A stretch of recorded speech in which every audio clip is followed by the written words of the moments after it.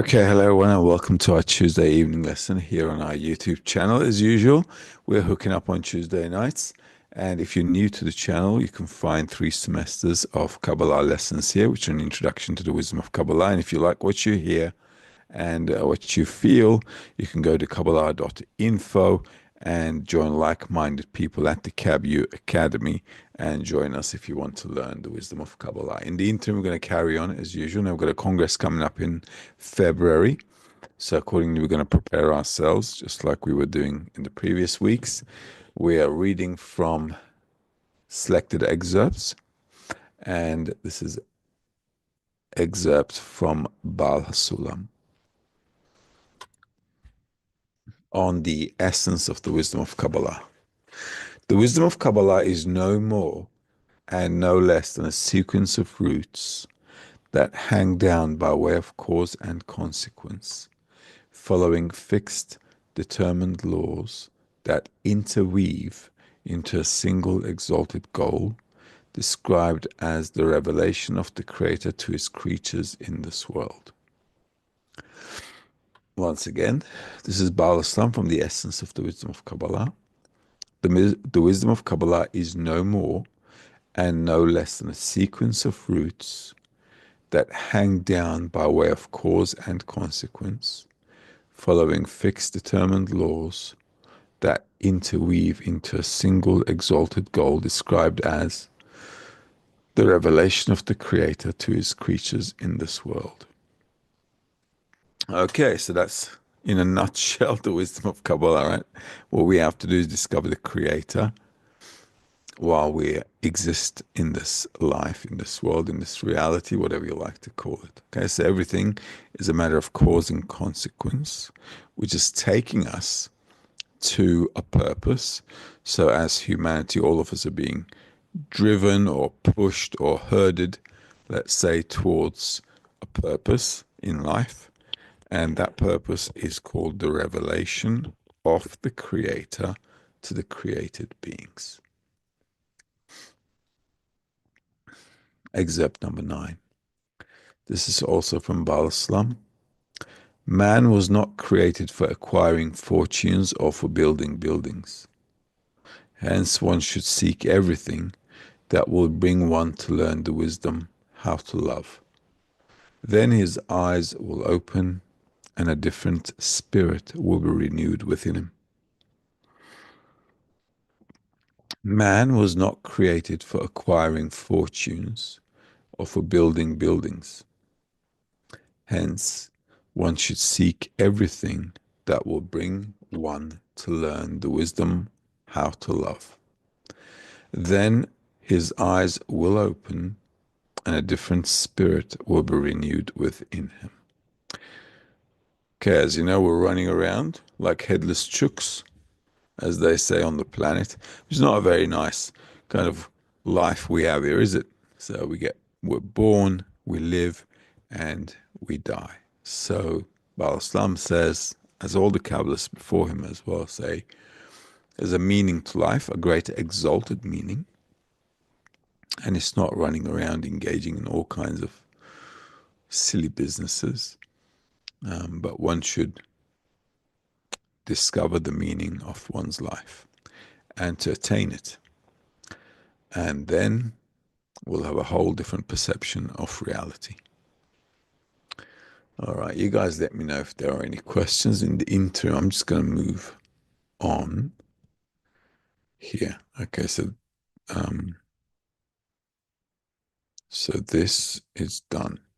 Okay, and this is done.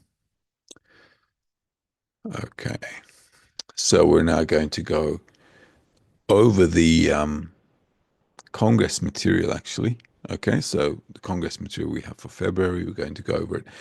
So this is connecting to Lishma. Lesson number 1, the necessity to move from Lolishma to Lishma. Excerpt number 1, this is from Baal Hasulam. So let's read. This is from Introduction to the Study of the 10 Sifrot, item 11.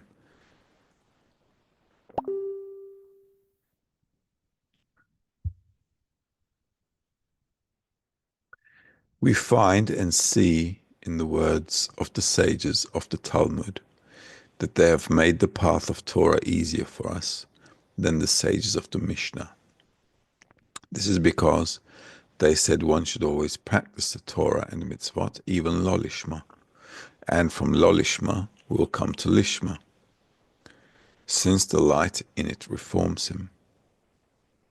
Thus, they have provided us with a new means, instead of the penance presented in the above-mentioned Mishnah, Avot, the light in the Torah. It bears sufficient power to reform one and bring him to practice Torah and mitzvot lishma.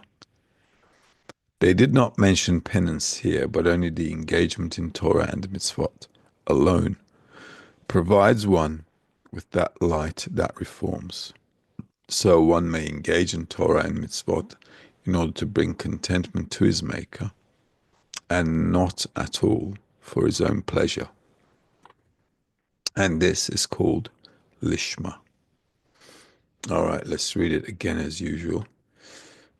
This is from Baal Hasulam, Introduction to the Study of the 10 Sefirot, item 11. We find and see in the words of the sages of the Talmud that they have made the path of Torah easier for us than the sages of the Mishnah. This is because they said one should always practice the Torah and the mitzvot, even lo lishma. And from lo lishma, he will come to lishma, since the light in it reforms him. Thus they have provided us with new means, instead of the penance presented in the above-mentioned Mishnah, Avot, the light in the Torah. It bears sufficient power to reform one and bring him to practice Torah and mitzvot lishma. They did not mention penance here, but only the engagement in Torah and mitzvot alone provides one with that light that reforms. So one may engage in Torah and mitzvot in order to bring contentment to his maker, and not at all for his own pleasure. And this is called lishma. All right. So in our generation, as you know, with the biggest ego on the planet, it's very, very much not possible. Okay, we can't actually attain any spirituality by restricting our desire to receive.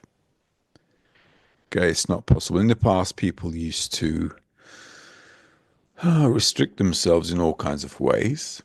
Okay, but now for us, for our generation especially, I mean, we can't sacrifice the smallest chocolate, right, to do something for the benefit of the others, right? Even a little piece of chocolate cannot be sacrificed with our ego. So the sages of the Talmud, being smart folks, what have they done?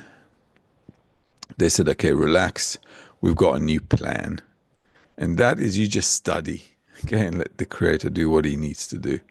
And that's the whole idea with the light. Okay, so the sages of the Talmud wants to evoke the desire of the person to change willingly. Okay, and that can only happen if we have an understanding of what our nature is. So slowly, slowly, as we study more and more, we begin to discover our egoism, our selfish nature, and that selfish nature slowly, slowly begins to seem really bad to us, that we'd like to run away from it. And that's called the light in it reforms, because the light brings us to see the truth. And the truth being something ugly, we'd like to run away from it. So here, a more conscious approach by the study is enabled, rather than just restricting the desire to receive with all kinds of things and suffocating it, and then, getting over it. So it's a different approach, but it's a more sound approach, especially in our generation. Okay, so you have to always understand that the teaching must match the generation. Okay, so we can't, just like we can't continue with the same education system from 100 years ago. It's just not possible. We can't do the same here either. So what we have to understand and do is to understand that through the need, understanding for the need, understanding to change, right? The necessity to change is important. And that brings a person to want to change. So we have to have a feeling and a mind that accompanies the feeling. Okay. Excerpt number 2. This is from Rabash. We should know that the degree of Lolishma is a very important degree, and we haven't the intellect to appreciate the importance of Torah and mitzvot Lolishma. Baal Hasulam said that as much as one may appreciate the work Lishma, which is important work, he should know that Lolishma is more important than the importance that a person attributes to Lishma. Since one cannot properly assess the importance of observing Torah and Mitzvot, even Lolishma, although observing Torah and Mitzvot should be Lishma. As usual, let's read it a second time. We should know that the degree of Lolishma is a very important degree, and we haven't the intellect to appreciate the importance of Torah and Mitzvot Lolishma. Okay, so Lolishma is actually the revelation of a person's evil. Okay, and this is more important. Why? Because I begin to see what I need to correct. If I can't see, if I don't know what to correct, then there's nothing to talk about. So Lolishma is a very important degree. Without that, you have absolutely no idea about what you're doing. So knowing what to change, seeing and understanding the necessity to change certain traits in me is all Lolishma, and without it, we'd have nothing to do. And this is why it's important. This is why in spirituality, when we enter spirituality, we're entering from the side of the Tuma, right? What side is that? That's the evil side. Okay, Tuma. And then we have to purify it. So Lolishma is what I need to correct, overcome in order to get closer to the Creator. That's why it's really important. Okay? Baal Hasulam said that as much as one may appreciate the work Lishma, which is important work, he should know that Lolishma is more important than the importance that a person attributes to Lishma, since one cannot properly assess the importance of observing Torah and Mitzvot, even Lolishma. Although observing Torah and Mitzvot should be Lishma. Right? Lolishma is the harder part of the job. Because with Lishma, you have a revelation of the light. Where there's revelation, there's clarity. But in Lolishma, you're always in the dark. So you're always, as the Kabbalists say, kind of aggressive and angry. Okay? More frustrated, stressed. So Lolishma is hard work. You need to overcome things all the time. So it creates many ups and downs in a person. So a person needs to really understand how to work with Lolishma properly in that state. This is why in the first lesson of every semester, we talk about how having a stable mind and a stable psychology is really important. Okay, because you're going through many ups and downs, and you're going to have to reason your way through the study with respect to all the emotions you're going through, and you will go through them. Okay, and it will shake you up. So it's very important for a person to have some kind of an anchor during those periods, which is called a strong environment and a strong framework, so that you do not fall off the bandwagon. And as we have seen many people on the path fall. Okay? So Lolishma is not easy. It's a tricky thing, period. And a person really needs to hang on with all his strength not to fall off. This is where all the hardship, all the overcoming and all the going above reasoning and everything is done. It's all in Lolishma. It's when you're working in darkness. Excerpt number 3. Are there any questions? You guys let me know if there are any questions. Honor John's asking, there's something I cannot clarify. Is it enough to draw a veil over hatred, or must one kill hatred? You can't kill anything. Nobody can kill anything. Okay. How can you kill a feeling? It pops up. We can't kill anything. We just have to know how to work with our nature. We hate things because we don't understand why they happen to us. Okay? We hate people because they're in a different opinion. Okay? They have a different opinion, so we hate them. They like different things, so we hate them. They believe in different things, so we hate them. It's much easier to hate people than to connect with them. Okay? So, no. What you have to do is understand why things are happening the way they're happening. Rabash number 3. This is from what it means that the world was created for the Torah. The order of work begins in work Lolishma.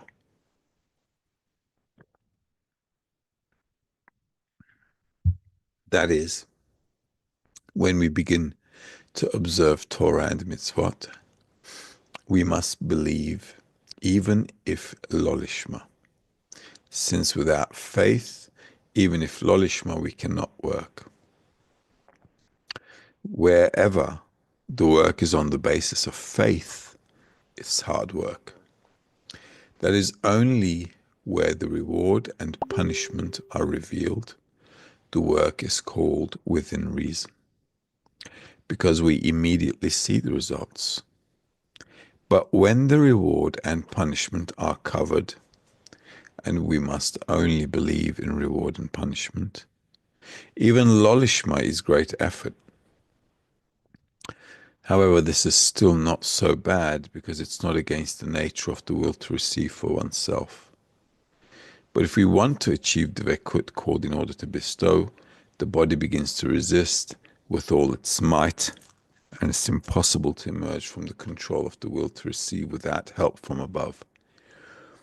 It was said about this, were it not for the help of the Creator, he would not overcome it.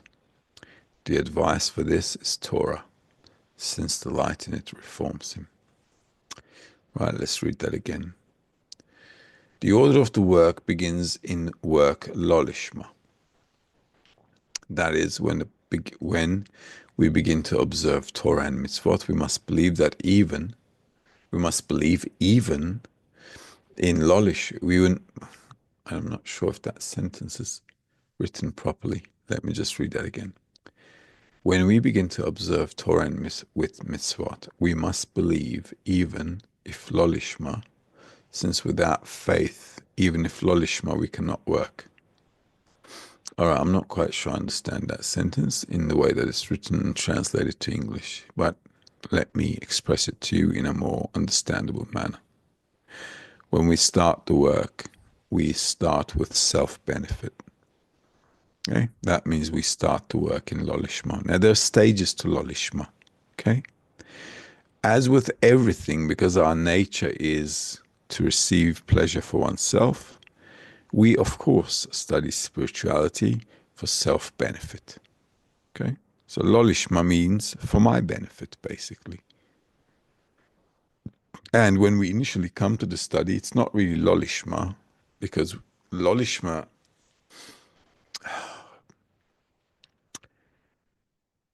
for me to study Lolishma, there has to be some kind of a illumination of Lishma, because you can't have one without the other. Okay? But in simple terms, they say we come to study in Lolishma, meaning self-benefit. Okay? So I'm studying for myself and not for the Creator. Lolishma means not for his sake. I'm studying for my sake. All right? That's what it means. However, though, wherever the work is on the basis of faith, it is hard work. Right? So faith means bestowal. So whenever I want to do something in order to bestow, it's going to be, it's going to be problematic. Why? Because our nature resists it. That is only where the reward and punishment are revealed. The work is called within reason because we immediately see the results. So what we want to do, like with everything else in life, work a little bit and make a lot. All right? That's how our common worldly mentality works. Here in spirituality, the Kabbalists are saying, well, things are just not going to happen that way. Okay? What's going to happen is you're going to work, and we don't know if anything's going to happen or not. Okay, that's how it is. So that's why it's called going above reason. Okay, so if I was to go within reason, I'd always be wanting to see the reward or wanting to know what I'm going to get first, just like we go to work, right? We negotiate the salary first, understand what we're going to get, and then we're happy to go to work. Okay? So that's within reason. But when the reward and punishment are covered, and we must only believe in reward and punishment, even Lolishma is a great effort. So if I have to constantly go above reason, not knowing if I'm going to attain spirituality, when I'm going to attain it, how I'm going to attain it, is it even going to be possible? Will I die without it? Nobody knows. We just start the study and we move forward. We move forward with the anticipation that it will happen. Okay? So it's just an anticipation. Why do we have that? Well, because we have a dot in the heart. Right? So, because that's what it means when he says the reward and punishment are covered. We don't know what we're going to get. Good, bad, ugly, beautiful, nobody knows. We must only believe in reward and punishment, even in Lolishma is a great effort. So just to do that is going to be a lot of effort. This is why attaining spirituality takes a lot of time, just like children take many years to grow. And there's no running away from that, actually. It will take a long time for us to grow up. However, this is still not so bad because it's not against the nature of the will to receive for oneself. But if we want to achieve the Vekut, called in order to bestow, the body begins to resist with all its might. So you see, once we start the study, our desire to receive agrees because we feel good that we're going to get something. This is great. Spirituality, wow, we're going to have wings and fly around and so on, kind of thing. Okay? And then as we study, we begin to see, well, what's going on? There's no paycheck, no salary coming in, and we don't see any light at the end of the tunnel. So all of that is just like starting to make us now feel a bit itchy. Okay, well, several years have gone by, still don't feel anything, and life's getting a bit harder. This is getting harder. So we begin to have doubts, questions about the path. And then afterwards, we begin to, because we're studying and the light that reforms is influencing us, we begin to have the idea that we want to reach adhesion with the Creator, that we want to bestow and stop receiving. Well, and then the body, the desire to receive, goes completely crazy. Okay, then you got to start working with it. Okay, because then he's just going to press the brakes. He's just going to say, okay, this has gone far enough. So we need to actually get to these stages, and this is why these are all stages of lolishma. Just like we have the 4 degrees, we have to hit the 4 degrees in lolishma. You know, like really, really see that the desire to receive wants nothing to do with this at all. And it will do everything and anything to get out of it. And it's impossible to emerge from the control of the will to receive without help from above. So there, we need to get help from the Creator. But you understand why we need to go through these phases. You can't just become a grown-up from a, baby stage. From baby, we become a child. From a child, we become a teenager. We become a grown-up, and then we start, flying out of the nest, let's say, and start our own life. So it's like 4 stages, isn't it?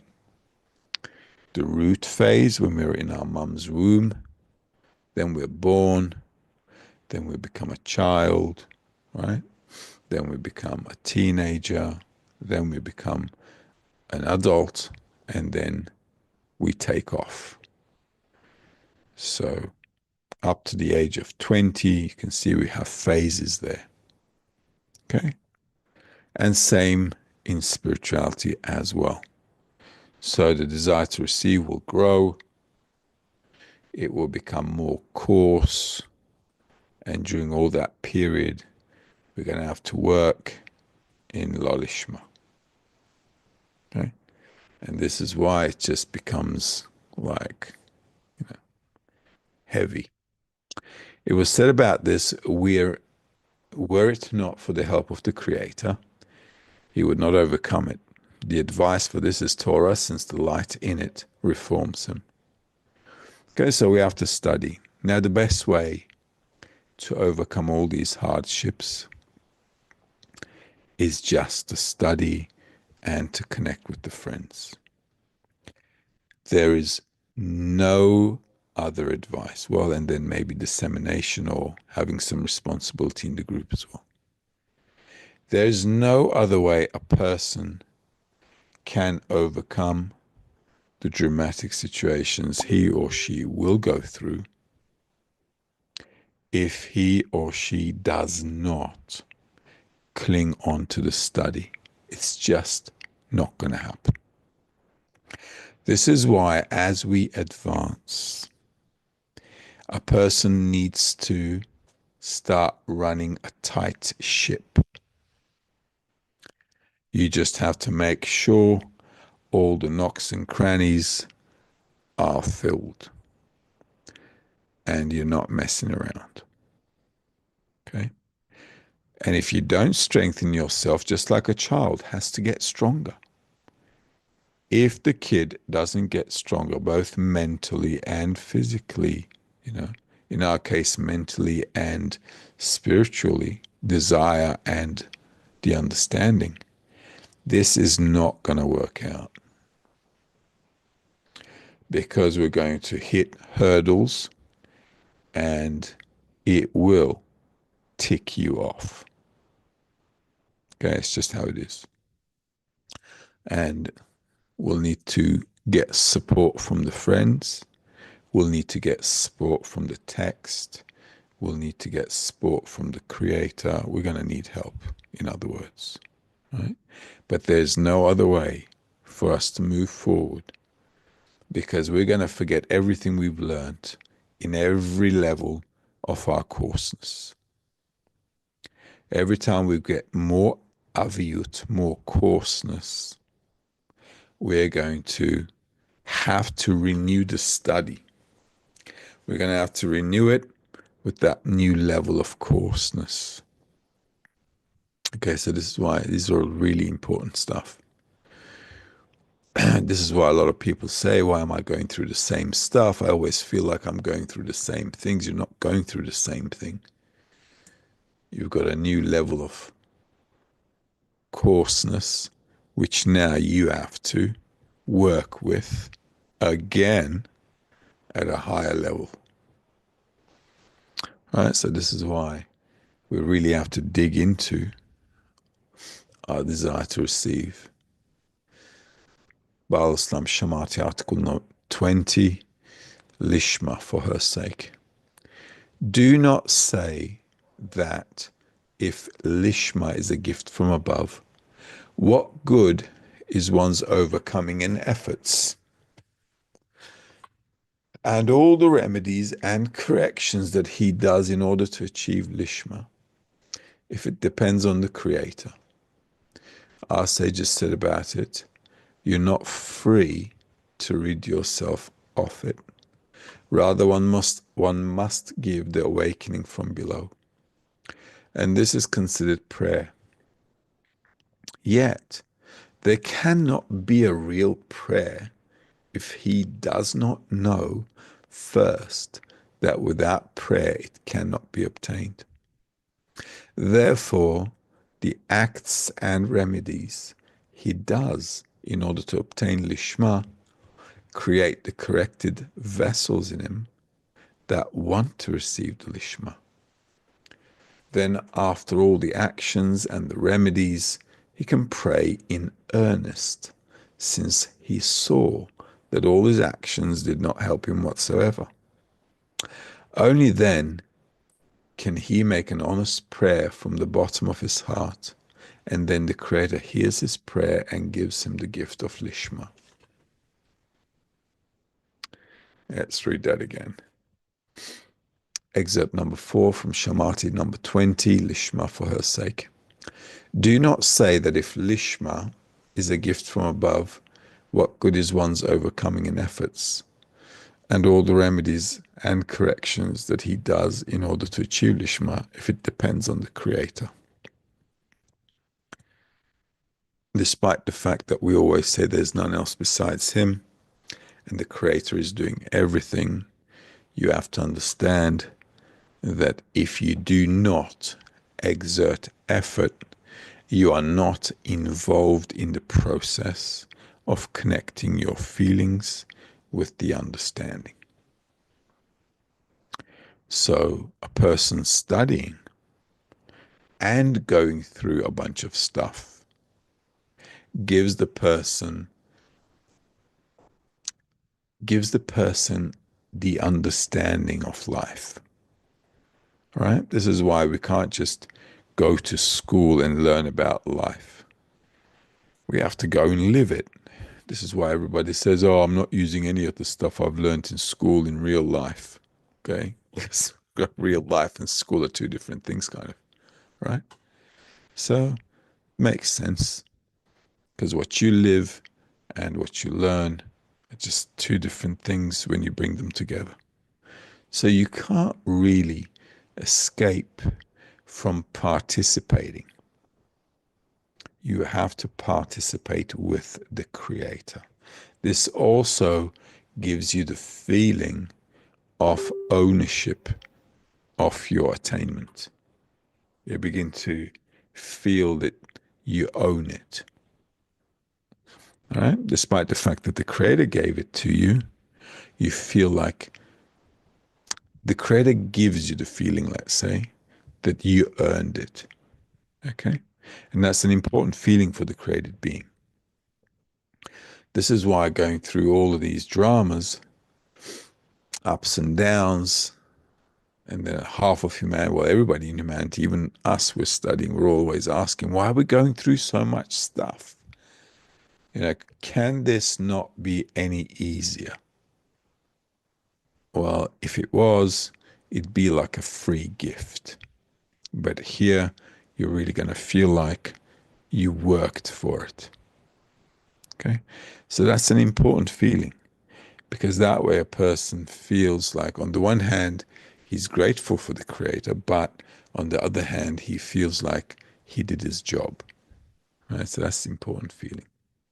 Our sages said about it, you're not free to rid yourself of it. Rather, one must give the awakening from below, and this is considered a prayer. So by participating, we're actually building a desire to change. Right? You begin to understand life, you begin to see life, you understand why you need to change. The only problematic thing for us is, well, it's not problematic, but on the path, we just come to the understanding that we want to change, but we can't change ourselves. Okay?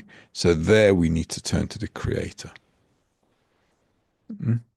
And by participating in the work, you build a big desire to change, which means to come closer to the Creator. And that's the building of the vessel. So if we could do it, we wouldn't then have any connection with the Creator. Okay? Just like we build connection with people, with our children, with people, with respect to give and take, don't we? By helping people, they help us, we help them, we connect with each other. Okay, and then we understand that we need people. So here as well, the only way to connect with the Creator is the understanding that we need to give and take. So the Creator is also, we could say, taking from us as well. Right? We're giving and taking together. All right? So by voluntarily participating, you become a partner to the Creator. And that's a good feeling, because then this is how you feel equal. Okay, you don't feel any less. You feel equal, like you participated and you did your part of the work.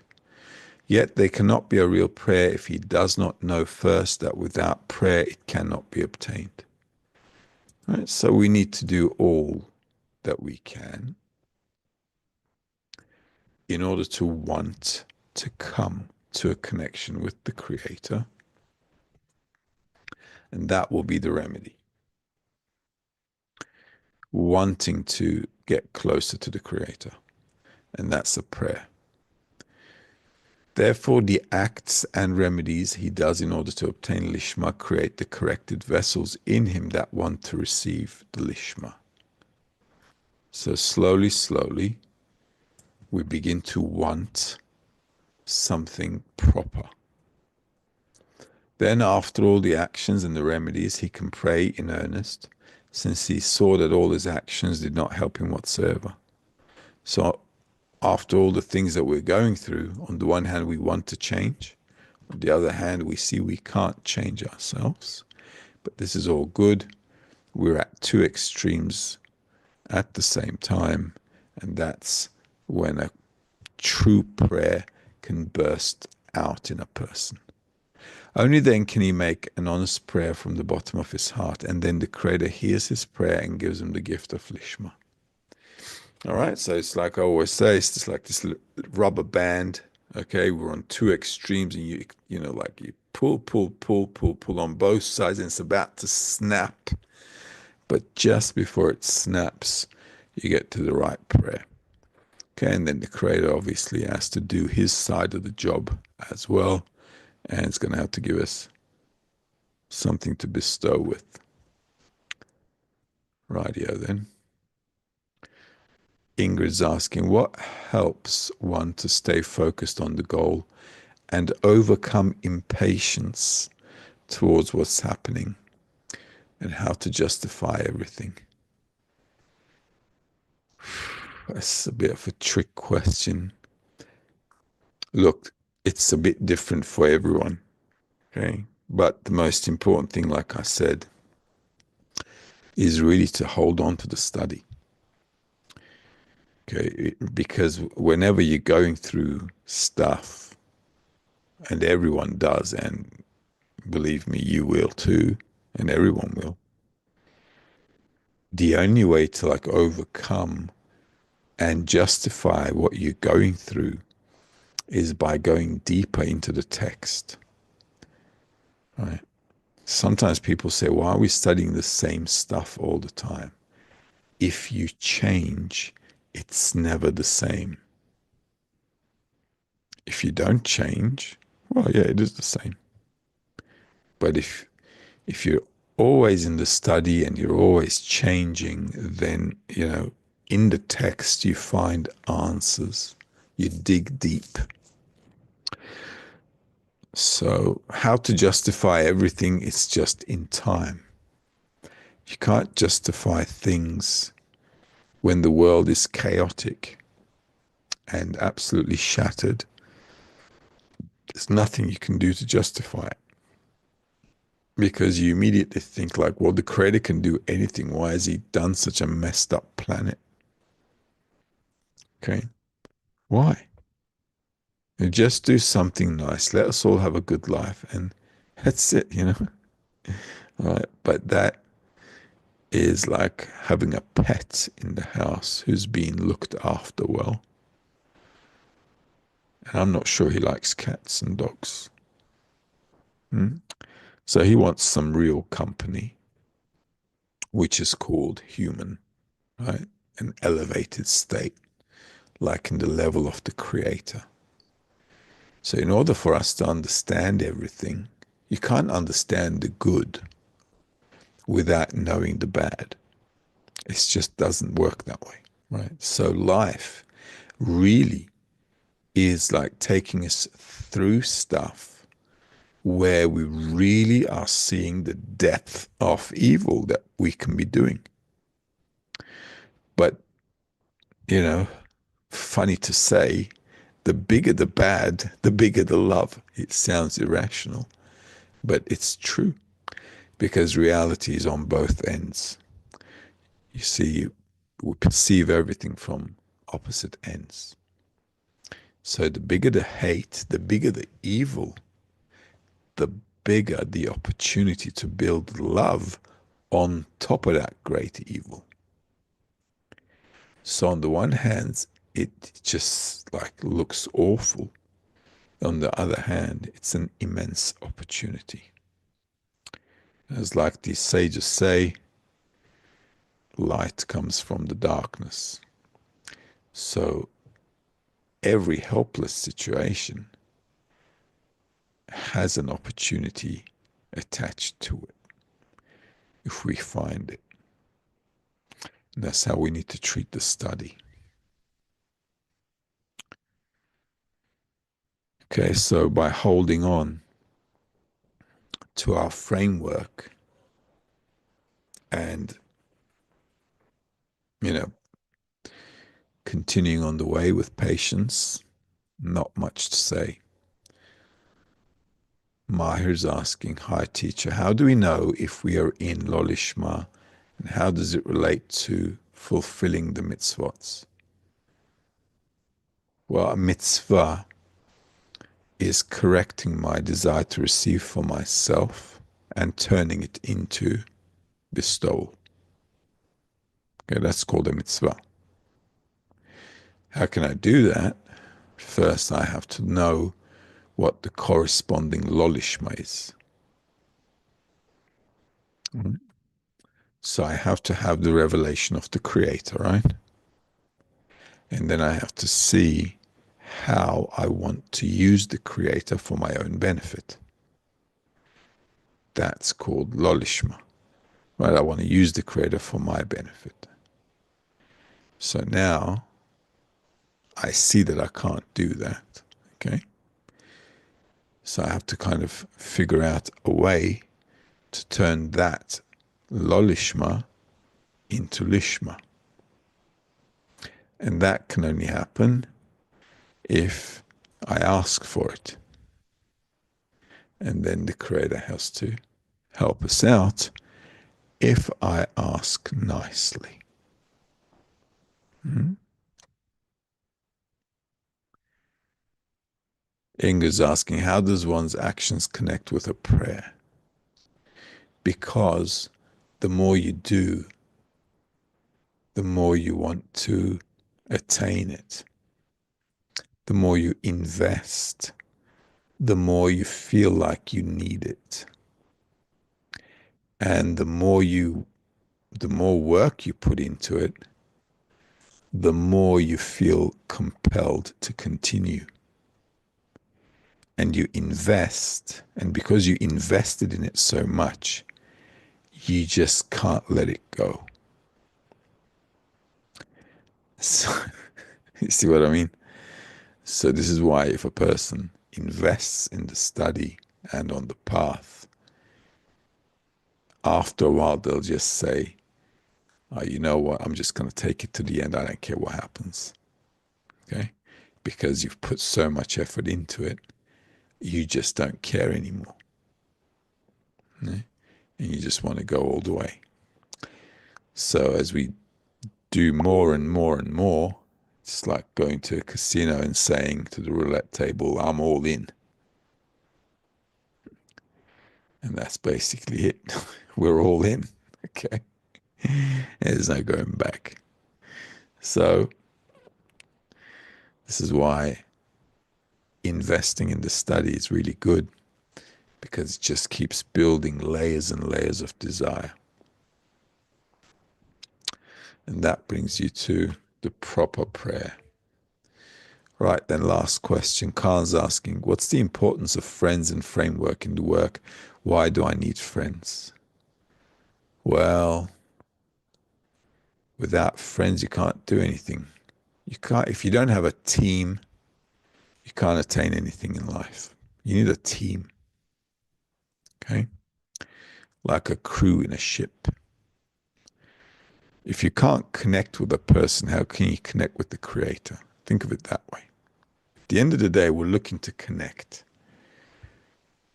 Somebody has to be there for us to connect. Okay, and if I don't have friends, you will fall off the bandwagon without friends. I'll tell you that much. It'll be a short trip. Alone, you can go fast. But with friends, you can go far. And in this business, you want to go far. All right. Have a good night. See you guys next time. All the best.